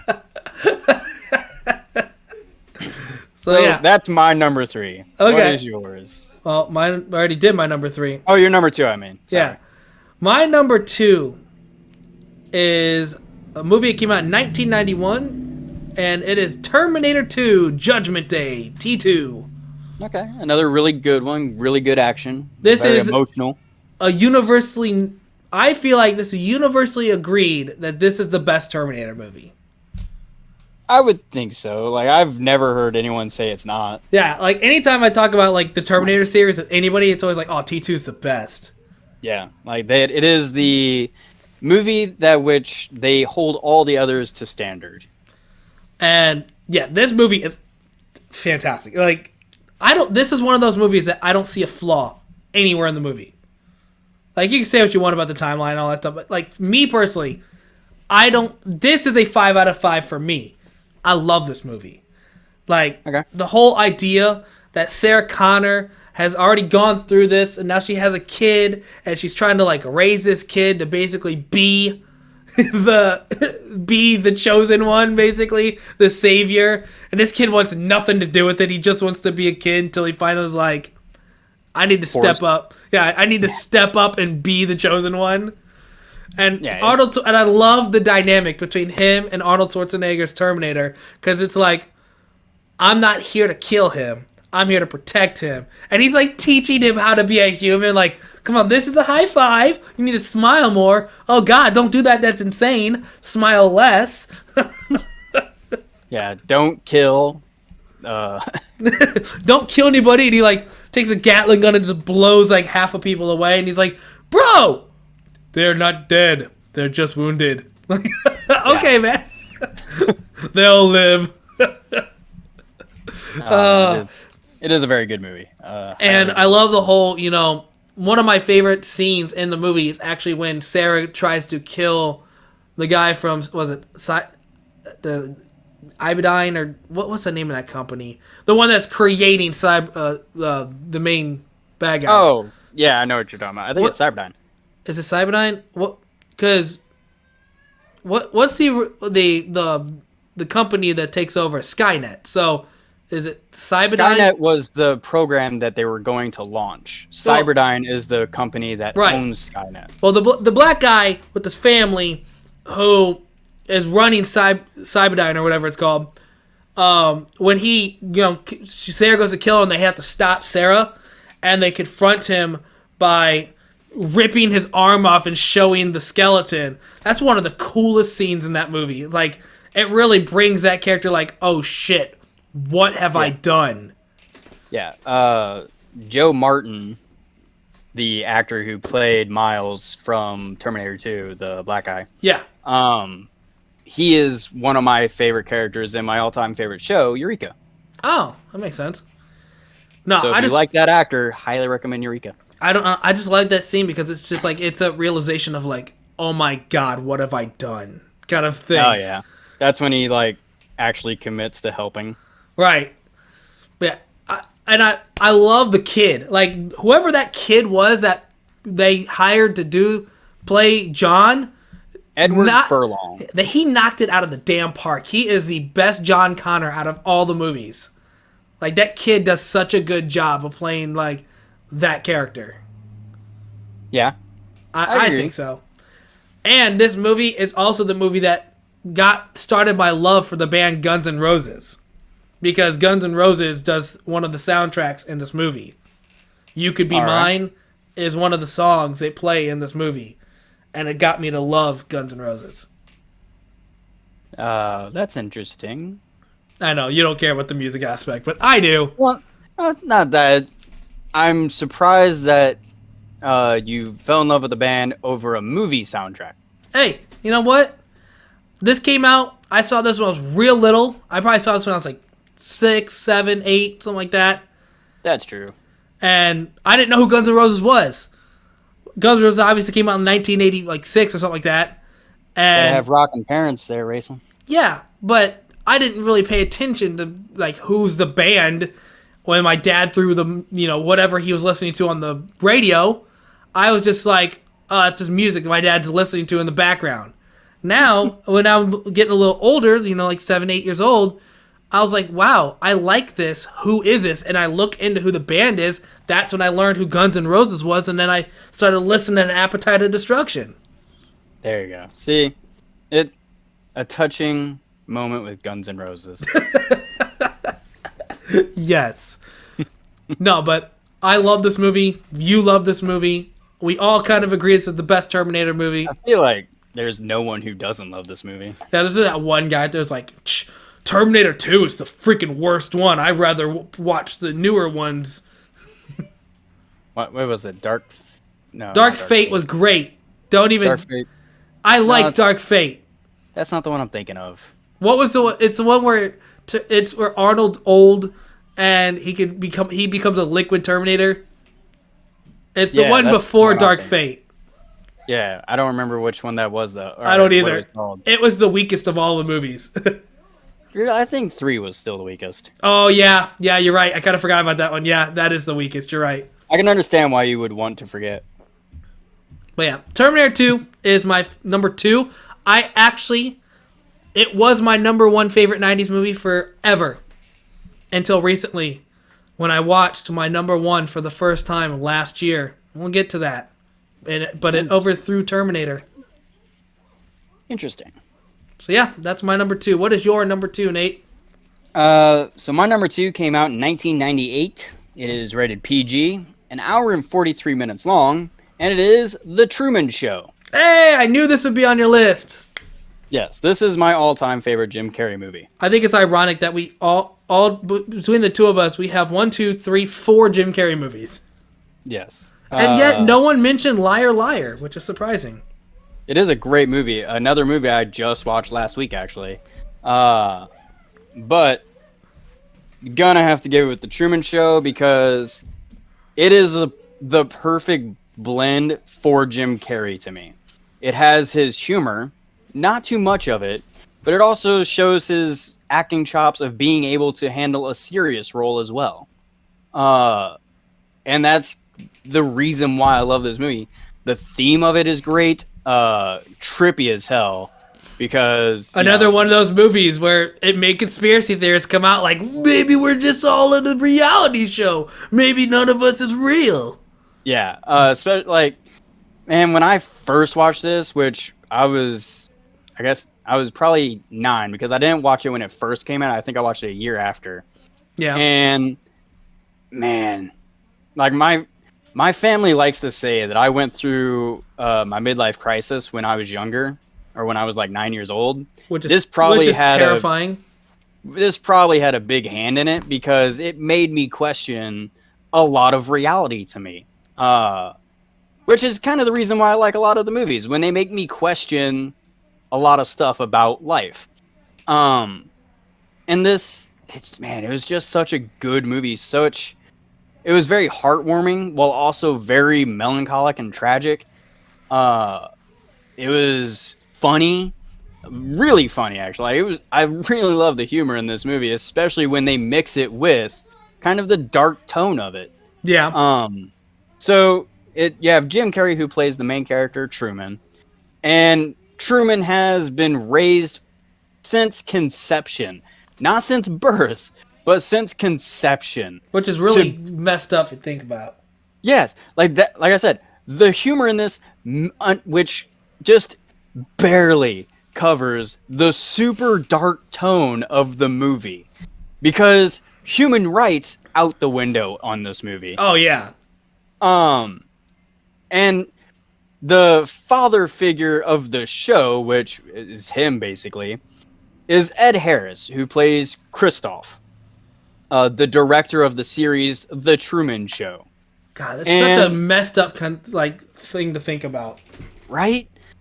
And so Truman lives his entire life on a little island and like knows all these people, but doesn't know that none of those people are real. They're all paid actors that are there to be on a show. And then the two times that reality does kind of try to hit Truman, like when his father grows a conscience and is like, we need to tell this kid like that it's not right. They're like, no, kill him off. Yeah. And so they're like, we'll get rid of his father, but not just that. We'll make sure he doesn't want to leave the island ever again, so we'll traumatize him by making him think his father drowned and almost drowning him as well. And doesn't his mom, the actress who plays his mom, always is like, nah, Truman, you don't want to go near the water. You know what happened to your father. Yeah, she constantly reinforces the fear of water to him. And then, he also meets this girl in high school, who I believe her name was Meryl.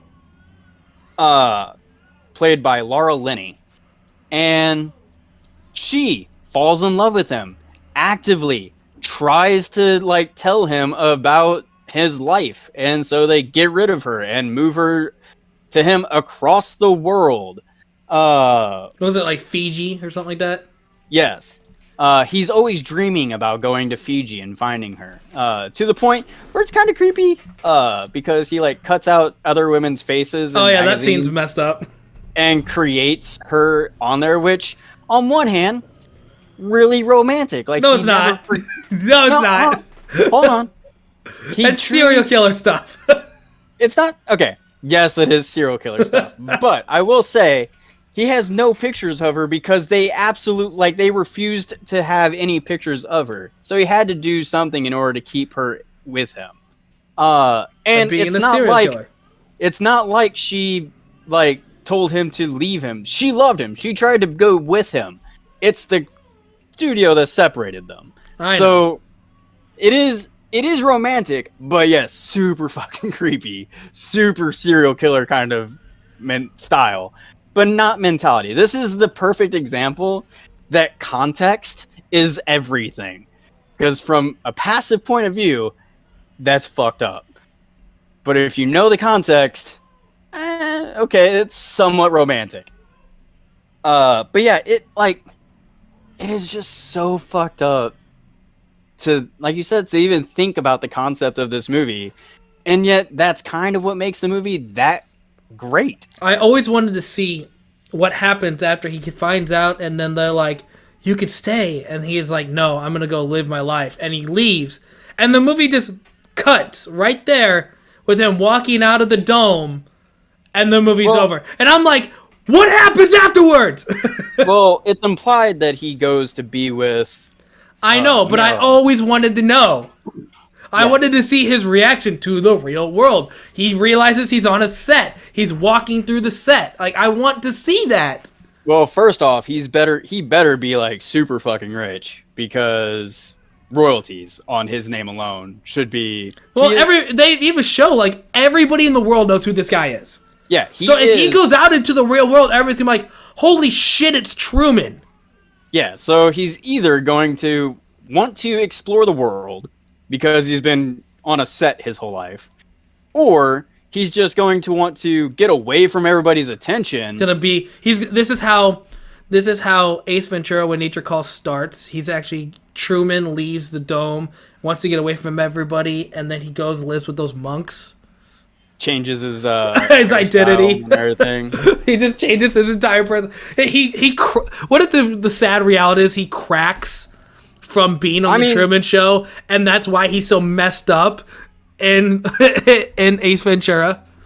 It is highly likely. Like, the situation he is in has got to be. What if you find out the whole like what happens after Truman leaves the dome? You just find out he just commits suicide. It's like, oh no! I don't think you would do that, especially when he will finally have Meryl with him. But man, yeah, it is definitely like, it has got a message, because even if you get out into reality, the paranoia that may not actually be reality has gotta be crushing. Yeah. All right. So, Yeah, we need to move on to number one. well, I want to say my favorite quote from the movie real quick. Okay.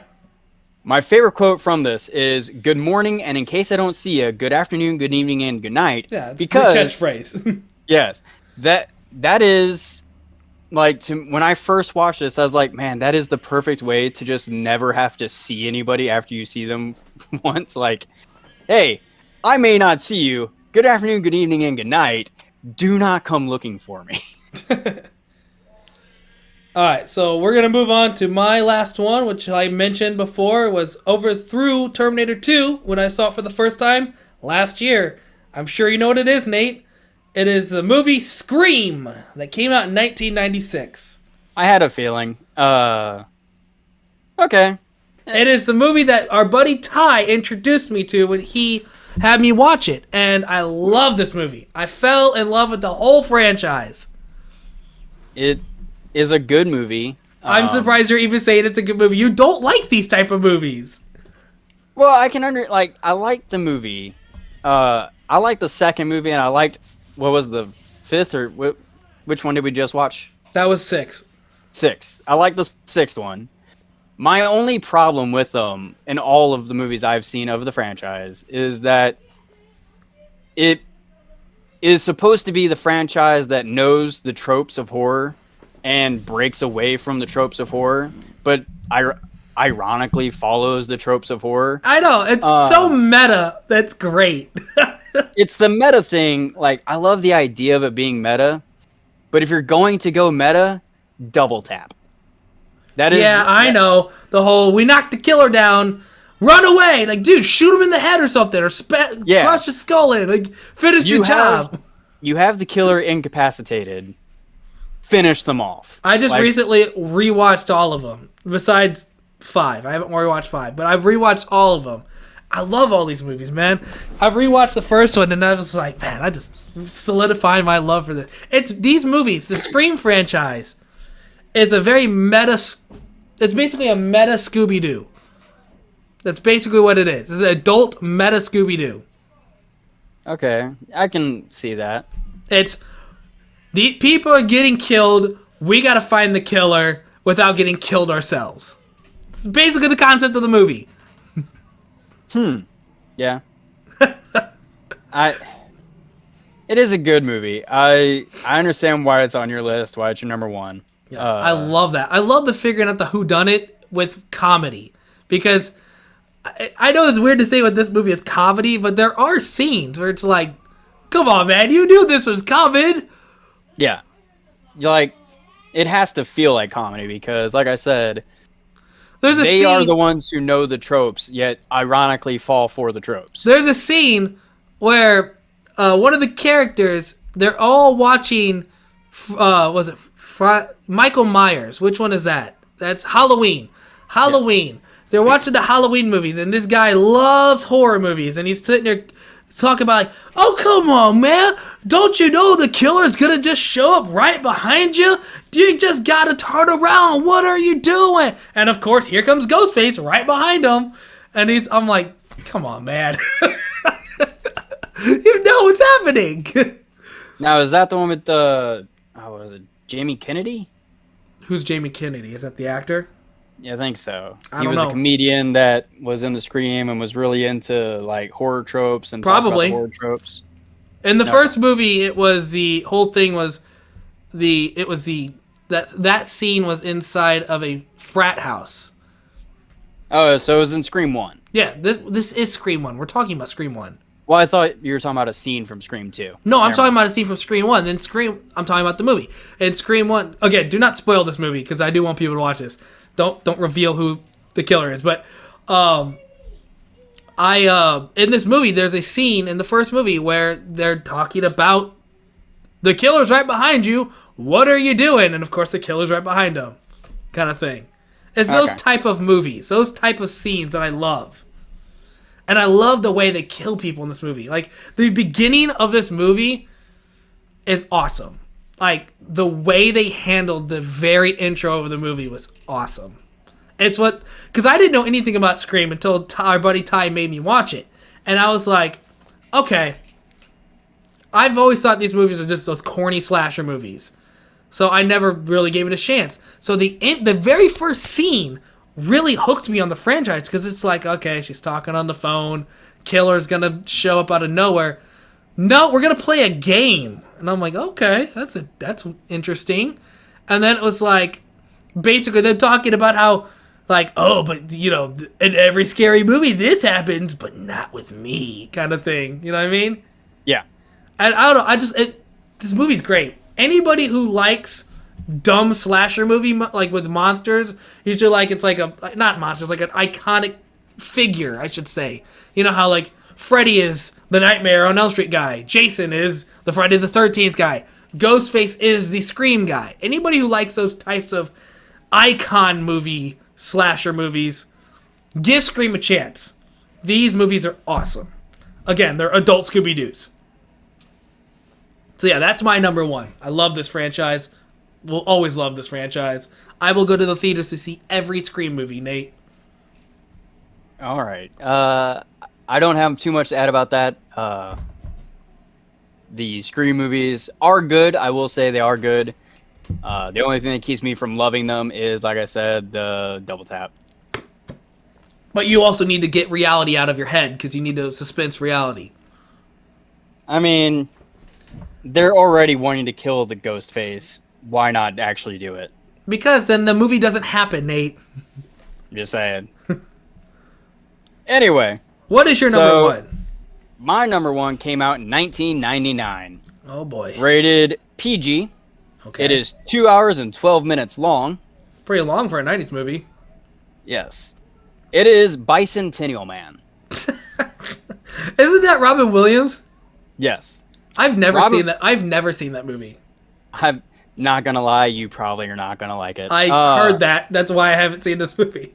Bicentennial Man was not really loved, honestly, by a lot of people. Because it was kind of, I don't know if it was the start of Robin Williams' more serious kind of acting, but it definitely showcases his more serious side. It has his humor in it, but the majority of the movie is more of just a questioning of life. I've seen a theme and a pattern with you, Nate. Yes, I love movies that make you question things. And this one definitely does. It is the story of a robot named Andrew, played by Robin Williams, and the setting is like it's a futuristic world. He is a robot that is bought by a family to be their butler of sorts, and he starts to question things like, hey, what's that? Or he starts to show identity, which kind of concerns some of the family members, especially the mother. The father is rather intrigued by it, actually. He's more interested. But if he listens to his wife and tries to take Andrew back to the company they bought him and get a new one. But he's like, honestly, if you're just going to dismantle him, like, you're not going to investigate what's going on with Andrew, I'll take him back home and I'll keep him. Like, I don't want to lose this unique individual. And so he takes him back home and he encourages Andrew to explore his creativity, which doesn't make any sense because Andrew is a robot. He shouldn't have creativity. He should have what's programmed into his head. He's not an AI. But that's the movie. He's developing his identity. He develops AI.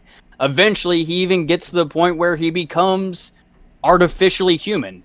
One might say this is the reverse version of Terminator, because he does basically become like an exosuit synthetic humanoid being, but instead of killing people, he actually ends up saving lives. He develops a whole bunch of technology to help people who need replacement organs and stuff. And eventually he gets to, like, it's just such a great movie of identity. I don't want to spoil the ending of it in case anybody does want to watch it. I do highly recommend it. It is a great Robin Williams film. It has Sam Neill in it. He plays Sir, They never really say the family by their names other than like the granddaughter, I think. There's Little Miss, who is the youngest daughter. She's the one who kind of introduces creativity to Andrew because she has like a little glass figurine that gets broken, and Andrew remakes it out of driftwood. And then from that, he starts creating other things out of driftwood. And they're like, oh, well, would you replicate this? And he's like, I didn't. I just created it. And they're like, well, that's not possible. You don't have creativity. And then Sam Neill plays Sir, the father in the family, and he's like, wait, okay, let's see what else he can do. And then Ma'am, who's the mother of the family, who's played by Wendy Crewson, she's more worried. She's like, what if this thing like goes killing us? Like, I don't know. What if it doesn't want to be our servant anymore? And then Haley Eisenberg, who plays the young version of Little Miss, and Embeth Davids, who plays Portia, the great-granddaughter of the family, who eventually becomes the love interest of Andrew, because Andrew, again, has at this point become human. He's fully human. The only thing is the government won't acknowledge his humanity. And that's Damn government. That's the thing I love about this movie, is that it makes you question what makes us human, what makes life, what is an identity and a personality, if not creativity, if not the things that make us us. Not gonna lie, Nate, this does not sound like a movie I'd like. I know, this is not a movie I think you would like. It is not one I would recommend for you. I recommend this for anybody who does enjoy Robin Williams films and would be willing to give this movie a shot. So, okay. All right. That is my number one pick. All right. Well, that's probably going to wrap it up for the podcast. We do have some comments, though. You can you can comment on any of our videos or podcasts or anything like that. We got Facebook page, Discord, YouTube, all that stuff. It's in the links below. We got one from Clarence from my work. I asked him what his favorite 90s movie was, and he said Weekends at Bernie's. Weekend at Bernie's. I've never seen that movie, but it is a pretty good movie. I know it's popular. Then on our Facebook page, again, you can check that out. We have Sandy, who says her favorite movies are The Truman Show, Tombstone, Ghost, Toy Story, Star Wars. I'm guessing she meant like Star Wars Phantom Menace. Yep. Which is surprising. The Matrix, Meet Joe Black, and Mrs. Doubtfire. Meet Joe Black is also a really good one. I can't believe somebody said The Phantom Menace. That blows my mind. I mean, Phantom Menace isn't bad. Oh, I like that movie. Don't get me wrong. I'm not sitting here. I don't hate on that movie at all. I love that movie. But it's universally hated. That's why I'm surprised somebody said that. Yeah. And then we have another comment from Tammy. And she said, these are no particular order: The Sixth Sense, Jurassic Park, Galaxy Quest, Ghost, The Truman Show, Terminator 2, and Men in Black. Galaxy Quest is a hilarious movie. But yeah, that is our comments. Anything you like to add, Nate, before we head off? Nope, that's about it.